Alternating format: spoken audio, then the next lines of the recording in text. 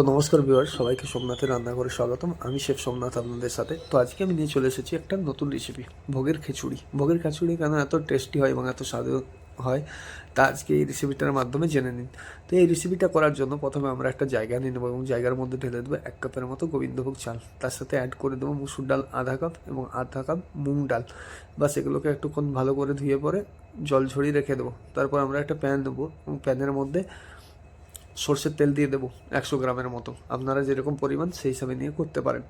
বাস এটা দেওয়া হয়ে গেলে পরে এর মধ্যে আমরা অ্যাড করে দেবো তার ফোড়নটা। তার আগে তেলটাকে প্যানে একটু ভালো করে মাখিয়ে নিতে হবে। বাস তেল গরম হয়ে গেলে পরে এর মধ্যে ফোড়ন হিসাবে দিয়ে দিন জিরে, শুকনো লঙ্কা এবং আদা গ্রেট করে নেওয়া। আপনি গ্রেট করে নেওয়া আদা বা থেতো আদাও ব্যবহার করতে পারেন। এখানে আমি আদাটাকে গ্রেট করে নিয়েছি। এরপর এর মধ্যে একটু সবজিগুলোকে অ্যাড করে দিতে হবে। এখানে সবজি হিসাবে নিয়েছি আমি পালং শাক, বিনস, আলু, ব্রোকলি, মটরশুঁটি, কুমড়ো। আপনারা চাইলে আরও অন্যান্য ভেজিটেবল এর মধ্যে অ্যাড করতে পারেন। বাস আমি এই কয়েকটাকে ভেজিটেবলকে এর মধ্যে অ্যাড করেছি। এবার ভেজিটেবলগুলো একটু ভালো করে নাড়ি চাড়িয়ে নিয়ে এটাকে কিছুক্ষণের জন্য ঢেকে রেখে দিতে হবে, যাতে শাকের জলটা বেরিয়ে যায়। ঠিক এইভাবে ঢাকা দিয়ে দেবো এবং মিনিট 5 পরে খুলে দেখবেন, তখন দেখবেন শাকের জলটা অনেকটাই বেরিয়ে গেছে এবং শাকটা লেটিয়ে এসেছে।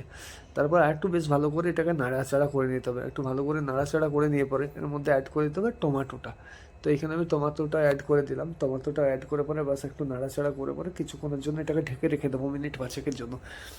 ফলে কী হবে, টমেটোর যে জলটা আছে সেটাও বেরিয়ে যাবে এবং সবজিগুলোর থেকেও জল বেরিয়ে যাবে। ঠিক দেখতেই পাচ্ছেন সবজিগুলো অনেকটা জল ছেড়ে দিয়েছে এবং এই জলগুলো সব বেরিয়ে গেছে এবং সবজিগুলো একটু একটু ভেপে গেছে। এরপর আমরা এর মধ্যে অ্যাড করে দেবো মশলা। মশলার মধ্যে আমরা অ্যাড করে দেবো হলুদ গুঁড়ো 1 চা চামচের থেকে একটু বেশি। তারপর ওর মধ্যে অ্যাড করে দেবো আমরা লঙ্কা গুঁড়ো 1/2 চা চামচ। তারপর আমরা এর মধ্যে দিয়ে দেবো জিরে গুঁড়ো 1 চা চামচ এবং 1/2 চা চামচের মতো ধনে গুঁড়ো। বা সেগুলো দেওয়া হয়ে গেলে পরে এর মধ্যে অ্যাড করে দেবো পরিমাণ মতো লবণ এবং তার সাথে অ্যাড করে দেবো কিছুটা পরিমাণ চিনি। তো এগুলো দেওয়া হয়ে গেলে পরে ভেজিটেবলটাকে ভালো করে নাড়ি চাড়িয়ে মশলাটাকে মেখে নেবো। ঠিক এইভাবে যেভাবে দেখতে পাচ্ছেন মশলাটাকে মাখিয়ে নিচ্ছি। বাস মশলাটা মাখিয়ে নিয়ে পরে ভেজিটেবলটাকে আমাদের কিছুক্ষণের জন্য ছেড়ে দিতে হবে এবং মশলাটাকে কষতে দিতে হবে। দেখবেন আস্তে আস্তে ভেজিটেবল থেকে তার জল ছেড়ে আসবে। তার মাঝখানে একটু ঢাকা দিয়ে দেবো। ঢাকা দিয়ে ভেজিটেবলটাকে ভাপিয়ে নেবো। বাস ঢাকা খুলে নিতে হবে 5 মিনিট পরে। 5 মিনিট পর দেখবেন ভেজিটেবলটা অনেকটা ভালো করে ভাপানো হয়ে গেছে। তখন আমরা চাল ডালটা দিয়ে দেবো, যে চাল ডালটা আমরা ভিজিয়ে রেখেছিলাম। হ্যাঁ, এখানে ভালো করে চাল ডালটা দিয়ে পরে বেশ নাড়াচাড়া করে নিতে হবে এবং নাড়াচাড়া করে পরে ভেজিটেবলটার মধ্যে এবং চালটার মধ্যে যাতে একটা কানেকশান তৈরি হয়ে যায়। ঠিক দেখতেই পাচ্ছেন এইরকমভাবে ভেজিটেবল আর চালগুলো একসাথে মিলিয়ে গেছে এবং বেশ সুন্দর ধোঁয়াও ছাড়ছে এর মধ্যে। এবারে এর মধ্যে অ্যাড করে দেবো আমরা পরিমাণ মতো জল। এখানে আমি জল 4 কাপের মতো ব্যবহার করছি। আপনারা চাইলে পরে সেখানে জলের পরিমাণটা একটু বাড়িয়ে দিতে পারেন, আপনাদের যতটা থাকবে চাল ডালের অনুপাত সেই হিসাবে।